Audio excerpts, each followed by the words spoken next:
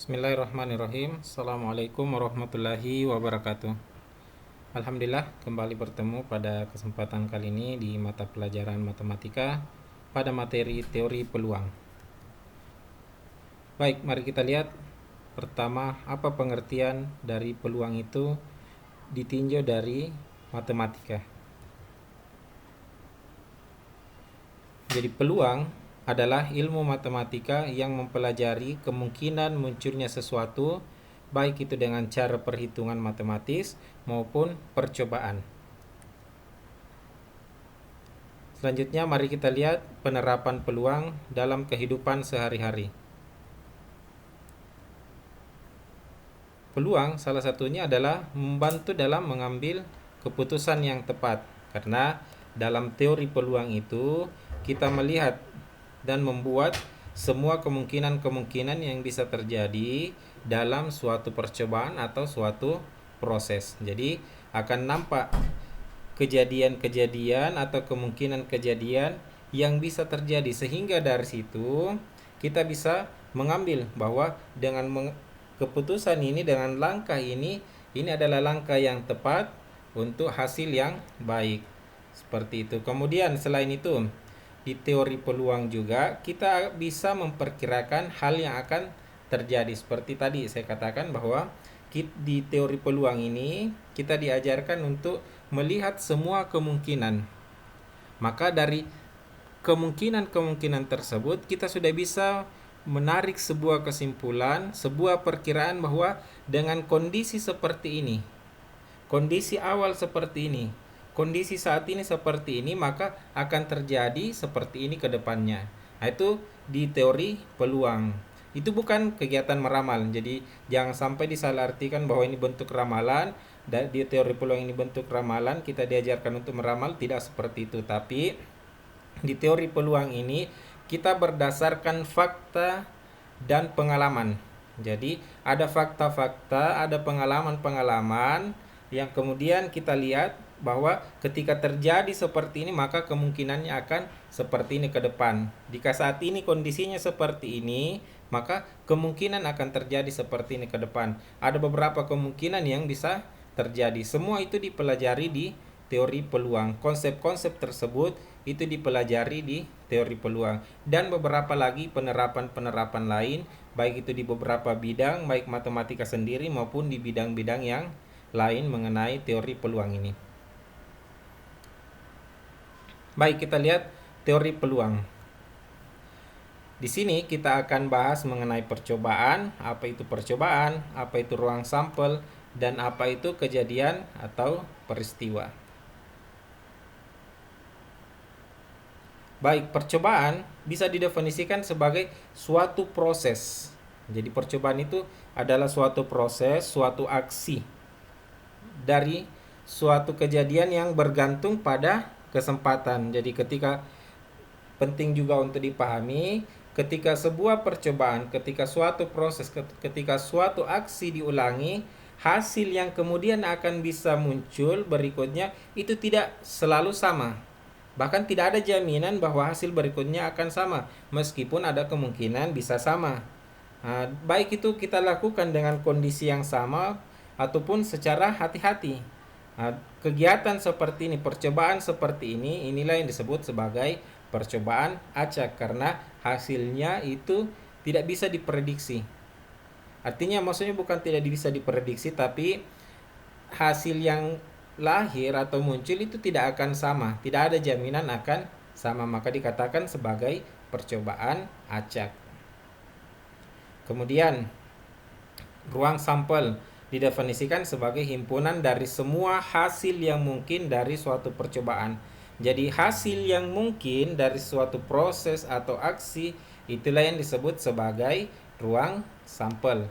Kemudian kejadian atau peristiwa merupakan himpunan bagian dari ruang sampel itu sendiri. Jadi kaitannya misalnya ada aksi atau proses atau tadi percobaan, maka dari percobaan tersebut akan lahir ruang sampel, akan muncul ruang sampel. Nah, satuan dari ruang sampel itu kejadian-kejadian satuan dalam ruang sampel itu yang bisa terjadi, itulah yang disebut sebagai kejadian atau peristiwa. Baik, selanjutnya untuk lebih jelasnya mari kita lihat contoh yang mengaitkan antara tadi percobaan, kemudian ruang sampel dan kejadian. Misalnya di sini Abdullah melemparkan sebuah koin. Tentukan bentuk percobaannya, ruang sampelnya, dan kemungkinan kejadiannya. Baik, kita akan bahas satu persatu. Bentuk percobaannya jelas ya.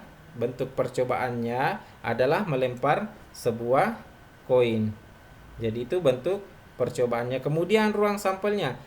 Kita lihat dari kegiatan atau percobaan atau proses atau aksi melempar koin ini, kira-kira apa yang akan terjadi? Yang jelas pertama, sisi gambar dan sisi angka. Jadi itu yang dimiliki oleh sebuah koin. Jadi koin itu memiliki sisi gambar dan sisi angka. Nah, seperti itu. Kemudian kemungkinan kejadiannya, kalau bukan yang sisi gambarnya muncul, maka sisi angkanya itu saja. Kalau bukan sisi angkanya yang muncul, maka sisi gambarnya. Jadi itu yang disebut sebagai kejadian atau peristiwa. Baik, selanjutnya untuk lebih jelasnya kita lihat lagi contoh berikutnya. Misalnya dari percobaan melambungkan sebuah dadu, tentukanlah ruang sampel percobaan tersebut. Kemudian kejadian A, yaitu munculnya sisi dadu bermata ganjil. Kemudian kejadian B, yaitu munculnya sisi dadu yang habis dibagi 3. Baik, kita lihat ruang sampel percobaan tersebut. Jelas ya, untuk sebuah dadu ketika dilempar atau sebuah dadu itu memiliki 6 sisi, maka itulah yang masuk sebagai ruang sampelnya, yaitu sisi mata dadu 1, kemudian mata dadu 3, mata dadu 4, 5 dan seterusnya. Jadi seperti itu, ada mata dadu 1, 2, 3, 4, 5 dan 6. Jadi inilah ruang sampelnya. Jadi sisi yang kemungkinan muncul inilah yang disebut sebagai ruang sampel, atau sisi yang dimiliki oleh sebuah dadu itu 6 buah mata dadu. Bisa ya dipaham untuk ruang sampel ini. Kemudian kita lihat kejadian A, yaitu munculnya sisi dadu bermata ganjil. Silakan perhatikan dari ruang sampel ini mana yang bermata ganjil. Ya jelas 1, 3 dan 6. Maka untuk kejadian A itu 1, 3 dan 5 ya, 5. Saya ulang 5 untuk mata dadu ganjilnya. Jadi itu yang untuk mata dadu ganjil. Kemudian untuk kejadian B, yaitu munculnya sisi dadu yang habis dibagi 3. Coba perhatikan dari semua ruang sampel ini mana yang habis dibagi 3. 1 jelas tidak ya.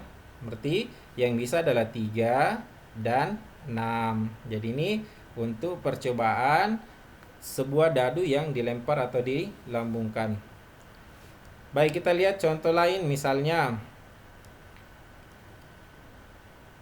dari percobaan melambungkan 2 koin sekaligus, tentukanlah ruang sampel percobaan melalui tabel kemungkinan, atau kemudian B, kejadian A, yaitu munculnya angka dan gambar. Baik, kita bahas satu persatu. Kita lihat pertama, kita misalkan dulu sisi angka dari uang koin ini, dari koin ini, sisi angkanya kita misalkan sebagai A. Kemudian sisi gambarnya kita misalkan sebagai G. Selanjutnya kita akan buat dengan tabel kemungkinan. Kita akan buat ruang sampelnya melalui tabel kemungkinan. Maka kita gambar tabelnya. Gambar tabel seperti ini ya. Oke, terus. Selanjutnya di bagian atas kita taruh koin 1, kemudian di bagian bawah sini kita taruh koin 2. Selanjutnya di bagian ini menggambarkan sisi angka dari koin 1, kemudian bagian sini sebagai sisi gambar dari koin 1. Selanjutnya di bagian sini sisi angka dari koin 2, dan di bagian bawah sini sebagai sisi gambar dari koin kedua. Selanjutnya kita lihat ruang sampel atau kemungkinan-kemungkinan yang bisa muncul dari pelemparan 2 buah koin ini. Pertama, di bagian ini yaitu angka dengan angka. Kemudian di bagian ini angka dengan gambar, artinya di koin 2 angka, di koin 1 gambar. Kemudian di bagian ini gambar dengan angka, di koin 2 gambar, di koin 1 angka. Kemudian di bagian ini gambar dengan gambar. Seperti itulah. Jadi ini ruang sampel dari pelemparan atau proses melambungkan dua buah koin sekaligus. Maka ruang sampelnya yaitu angka-angka, angka gambar, gambar angka, atau gambar-gambar. Selanjutnya kita lihat kejadian A, yaitu munculnya angka dan gambar. Silahkan diperhatikan ruang sampelnya. Mana yang muncul angka dengan gambar secara bersamaan. Nah, tentunya bagian ini ya, angka gambar atau gambar dengan angka. Maka bagian B kita selesaikan kejadian A, yaitu angka gambar atau gambar dengan angka. Seperti itu. Jadi kejadiannya yaitu ada dua kejadian, yaitu kalau bukan angka dengan gambar, maka gambar dengan angka. Baik, selanjutnya mari coba berlatih. Tadi kita sudah berikan penjelasan. Silakan coba berlatih dengan soal berikut ini. Dari percobaan melambungkan dua dadu. Jadi sekarang dadu ya. Tentukanlah ruang sampel percobaan melalui tabel kemungkinan. Kemudian kejadian A, yaitu munculnya mata dadu berjumlah 9. Kemudian bagian C, kejadian B, yaitu munculnya kedua mata dadu ganjil. Jadi kedua mata dadunya itu adalah mata dadu ganjil. Jadi dua-duanya ganjil. Seperti itu. Baik, untuk saya kasih penjelasan sedikit untuk bagian A, ruang sampelnya. Jadi silakan buat tabel kemungkinan. Kalau tadi mata uang koin itu hanya 2, berarti angka dengan gambar. Adapun untuk ini dadu, maka kita buat sampai 6 karena ada 6 sisi untuk satu mata dadu. Berarti kita buat tabel kolomnya ke sana 6, kemudian barisnya juga ke bawah ada 6. Itu untuk melambangkan mata dadu 1 dan mata dadu 2. Seperti itu pertemuan kita pada kesempatan kali ini. Mudah-mudahan apa yang kita sampaikan bisa dipahami dengan baik. Untuk selanjutnya ketika ada pertanyaan, silakan kita diskusikan di grup WhatsApp kita. Demikian, semoga bermanfaat. Assalamualaikum warahmatullahi wabarakatuh.